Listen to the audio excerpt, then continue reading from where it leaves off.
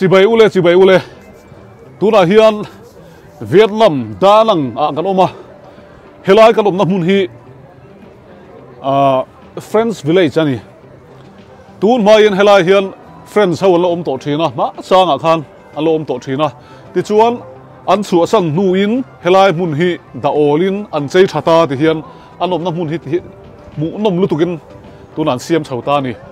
he mun ma ta kan thlir chhawanga karon tilang zelang engpon isela kala soi zau lawanga kalpai nga soi non salai vela chon kan thlir non nia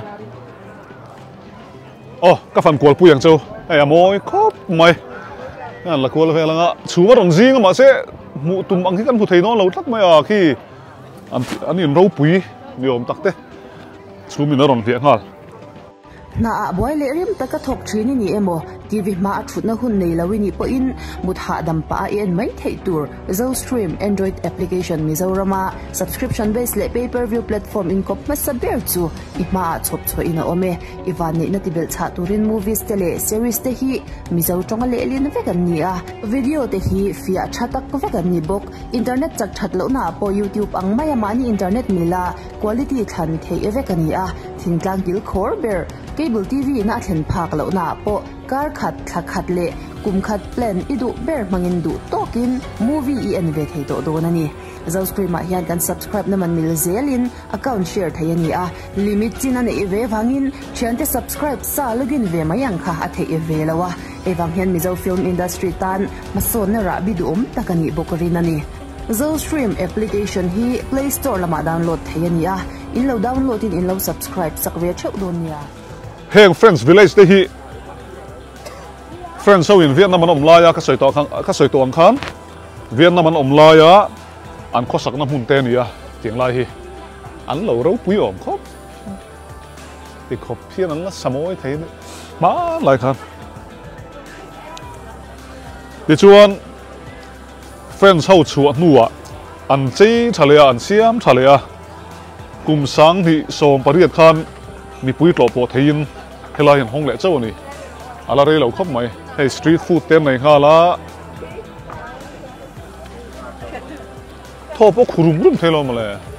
an building ro pui deu hi han hu tir chau kan du ni ma se chu ma jing tak mok si an boi thak yo nar ping ne na se om ru la sur su ka mun pa kan phei zelang hian lo tun tam khop mai ai sa po pon tam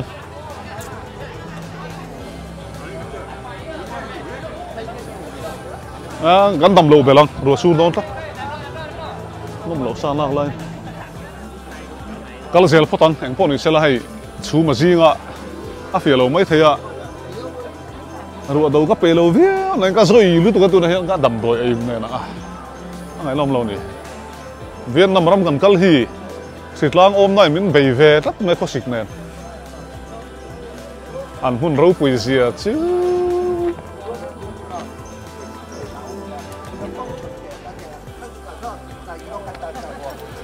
Friends Village hian Saint Denis Church te sakor implant siak na hun te mu turala om don ani mela kan la theng chi lo wa chung te chonin helai mun kal tum te hi a hi pan yang an soi mangin hi biak in niom tak de chung lu chin no man le hi kumeng za ta upa tak liang mo khai ru kan do hei ka nom chup mo ya Friends Village si aro pui tak zet ani hei ti hi churin Europe kal ang kan ni mai Europe anin sak ang kha ni mai hei in chong sang te chem hom lo ma se a building here en ula Europe in kal mu thinang London vel building ro pui de ang kha ni mai a ti chuan helai muna hian Saint Denis Church kha om boka chuan sakor implant siak na mun ang chi te kha oma chung te churin mi puya hip em mai ni en pon sela mi thiang hlim Denisa aro pui tat hi ni hi alema gallo en to he mi che hi ni hi Saint Denis Church ania ne chuan kan lut veang kan soi du chu Saint Denis Church hi kum zabi pangana khan helai mun hi allo satoni ari to khop amo esin lo an nal na mai tuna hian Europe fangang kan ni ai ga nar thip tu chung hi lu them le oh hei hi chung ania Saint Denis Church su helai hi ni o khilai khian Israel thala galo oma keni Christian te tan chonin apoi mo lu tukringot mai ni helai mun hi ti chuan hey Bible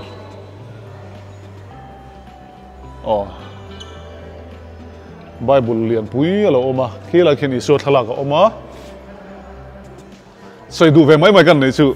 mi han te lang lok sela ka chung te hi kanu chung te lam hi kanu lam site hi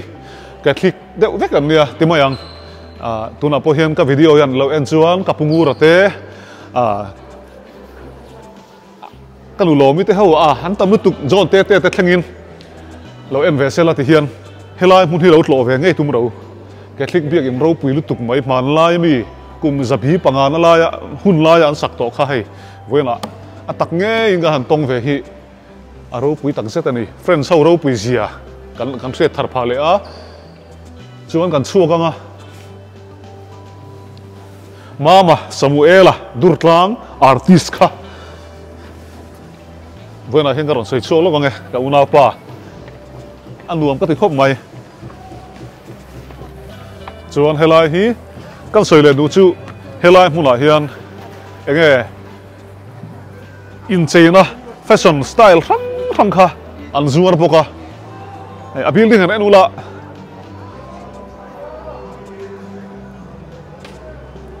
Europa anin sakang khani mai khulai khervela anin sakang khani mai ten kan phang ve ni ti hian friend so hianin ma sanga khan helai an lo lo lum to thina pui ka ti em chu apun hi vasia ing tinge heting hen in ro puan lo sak thei ti la hi ani ke bulkar kal nga ya ing tinge bung ro ten la kang mak ve de ni ha romantic lai ve la sakor chung suam det te sa kom lai wai hey mu nom lutuk hey an street food te hi mu nom khop mai ti chuan helai hi restaurant alom le a hey Saint Denis Church a hnung lam tang yan an tir le long chu voina hian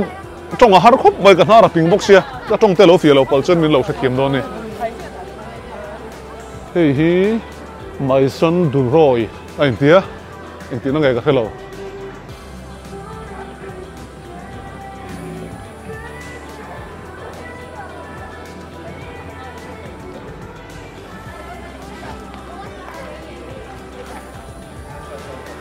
hey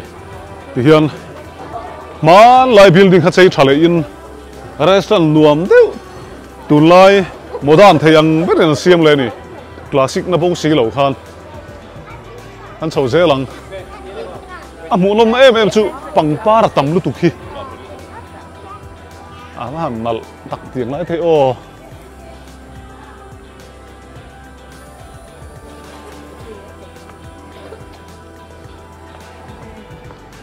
khoi lai nge sakor in plan si na lai mun chu gala khachi lo wa kala zeli la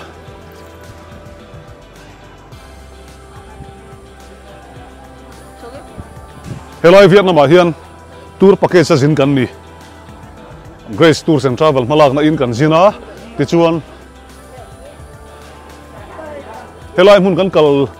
Friends Village kan kal lai te hian ei tour engkim a free vekin ti mayang kan package ja khana tel veka kan eya tui khop mai hey London kan phang ve ni mai ti hian man hu nom tak nal ka ti so tak mai du angin camera hian video hi alo fi lu tu lo mai theya ka thelo wa chan chu ma jing tlat maya okay sika so lai son medieval fair ti lo in tara man lai motor ang chi te po ha mu turom don so ha awan mal ka kal lo ti ka hle mai helai hi tiên kan fan pui chewa soi le soi nu thing tlang atang ten khopui atang ten hun sang sang atang in helai kal velo ten video mangin kan channel kal tangin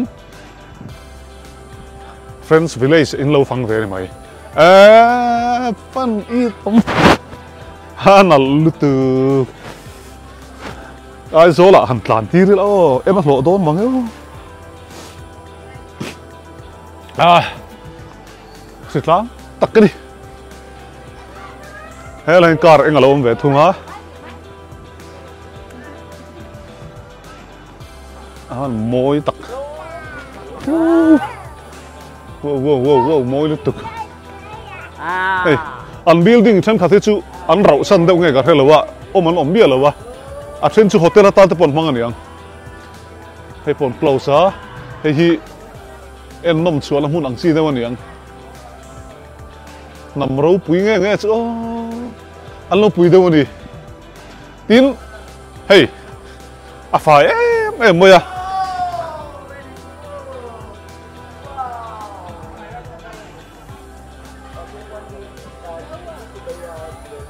nó rồi hay là chú căn sầu vàng căn sầu lo vàng building mu nom lệ đâu pui đâu lek anh em tiêu châu cả tung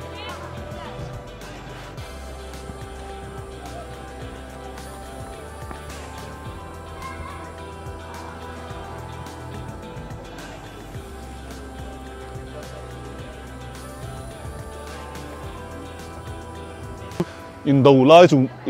in đầu hun lai chan chin te pok ron soi ve ka chak view ma ro chu kan khevek thowa ai tam zokin soi ngai lawang khalai kha chu ka ron chung som ze lang en pon ni se done same post yeah look my friend yes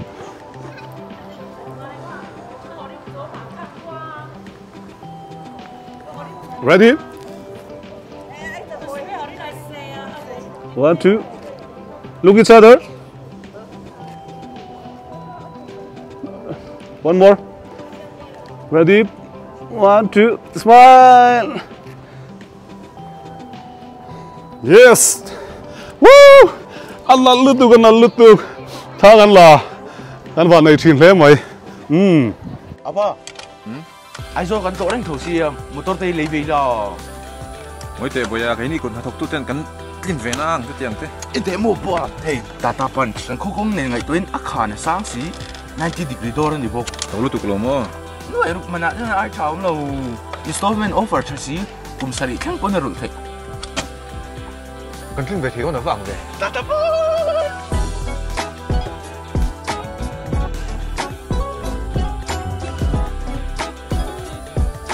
Data punch meeting te tan. Kan thala zo kan chung le a tu lai chu an luam ve tat mi rama an fel ang reng ka tia in ngai zong te in nei to te thala kan han dil pon an thal zela chan chu ma ni na te lo ni ve a te kan thala kan nga pha ve zela ke ni pon ma ni tui zong ai chu nuam ve de oni pui lu tuk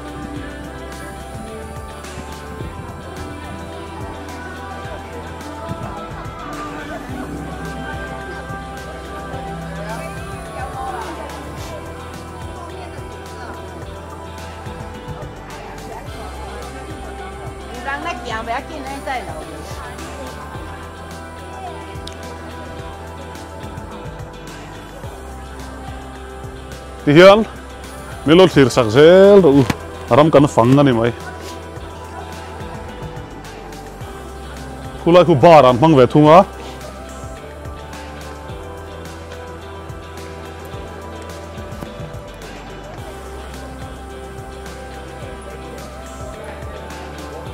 an in sak han moi zia chu so lo so phe ve le lo kon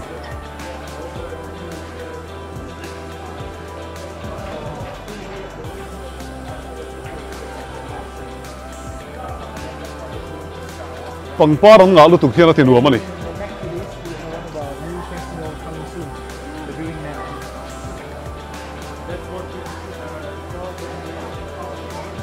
nal lut oh helai tan hian kual phei lenga ti hian an ti vak tu nom lo a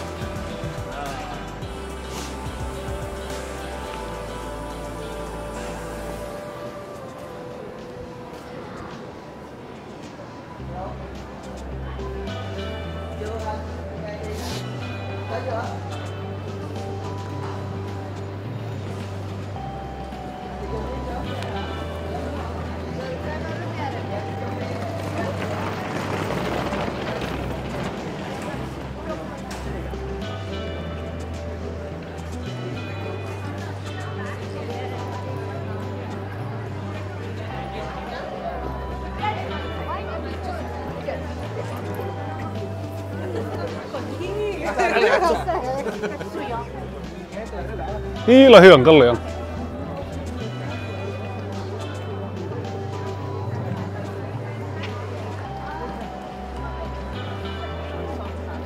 trong bộ cái trong thập rồi chào về luôn được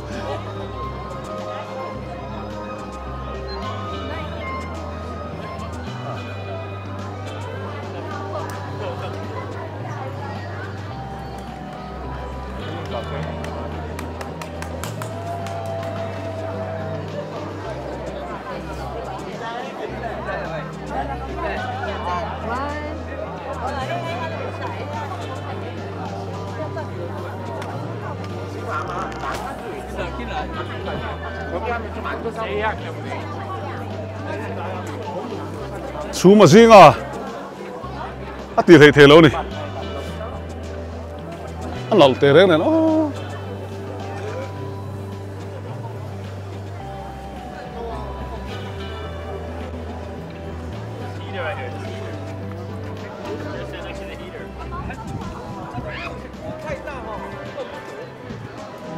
cái tiếng building thì sum riêng lẩu sẽ ăn lẩu nó nhiều anh tí nó tận đi mò cái chip và zoom vu mày cái lắm po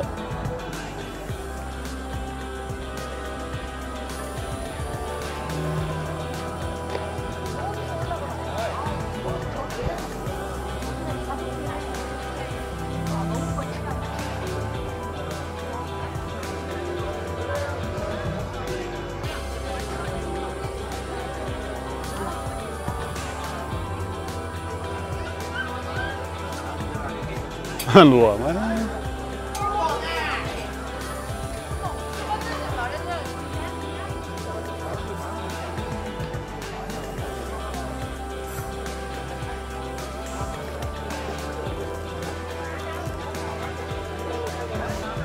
số lại son classic car cái mua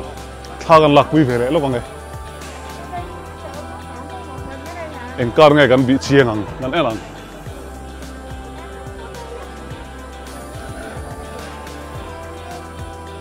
khi lại building row pilu tuk ta hi pop mart nam tian tar ko moya achunga te pon lut ve tur angai la nakina en pon se helai car hi en car nge ming kan en sin ambassador ang teu chu ni cabin te nei khan ve thap a chak le moi a ke de zula the big meal la SUV mình hi model thế mới to rồi cái đồng tiền lăng zel đó nè helai in pangpara chạy hual vel hi kan loan về đấy reng tiền cái loan du nó chăn chú Florist Association ho vel khan an thir duin cái ring kan về nga pangpar lom de po han lo en rồi mu nom thot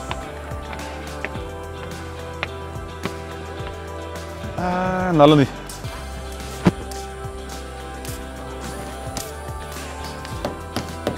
thing với cái sao cái này hi hay bộ thing I think anh mua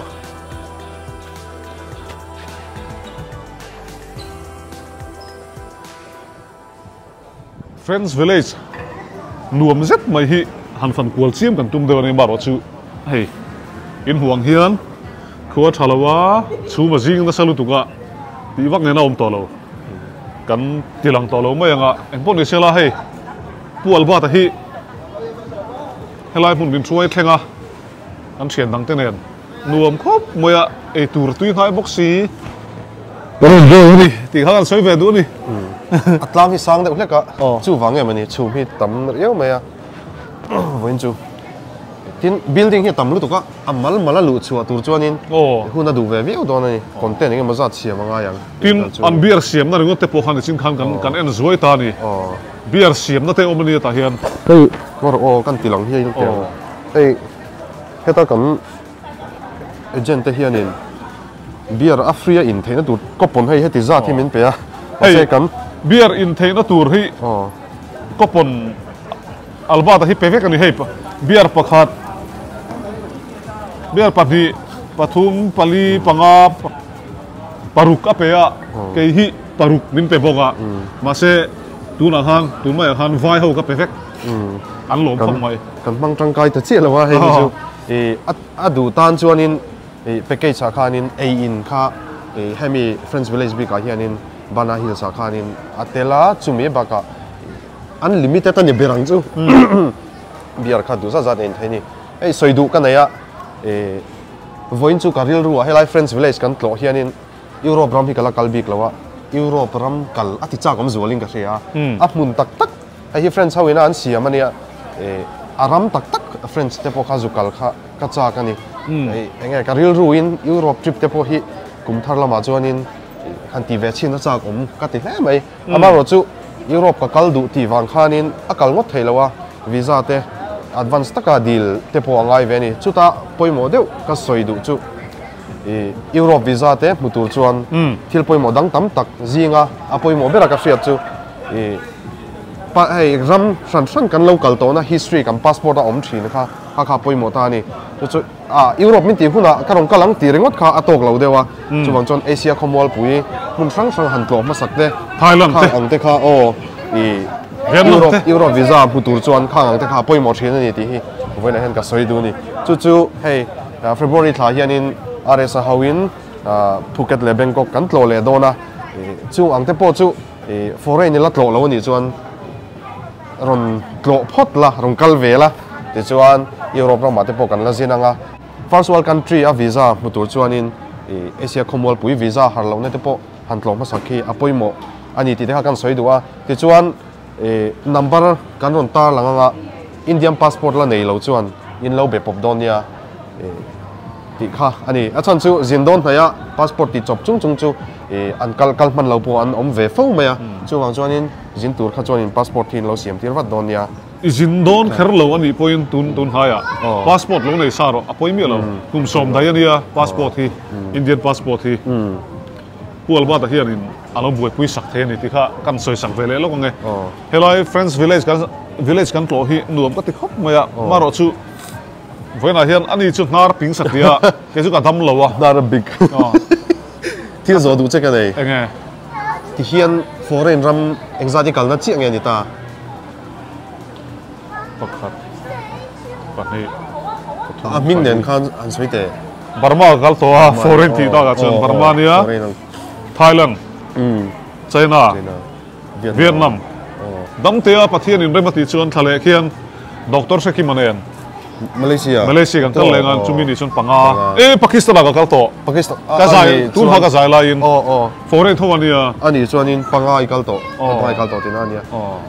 europe visa i tun apply la itan thil har salu kan ni ka ring to lo ka chuti mo kum thara chuanin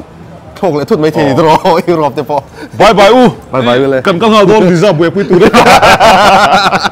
kan lo me ta kan lo wholesale na mun pui zaman ayatam item ji shang po kan wholesale thomno chi shang no panga changa puitling ha khengin kan kol chikim hle plastic item po kan nei kim hle a abun lam chi slipper le chapal chi shang le phekhok lam po no panga changa puitling bun thlengin kan nei boka gift item shang container lam po company shang kan kol boke no pang toys chi shang mi pale me che du chi kan kol boke in collection bong kon du tlang road Greenwood Hospital opposite Sipir bus stand a hian retailing engtik lai po in anei thei boke aizol pon lam kan thon sak theya aizol khochung kan deliver thei boke tom si thasi boiboi wholesale a lo bazar ve ro le zador le achung lam wholesale na mun pui Bongkon Brigade Road phone 9862818869 8014661118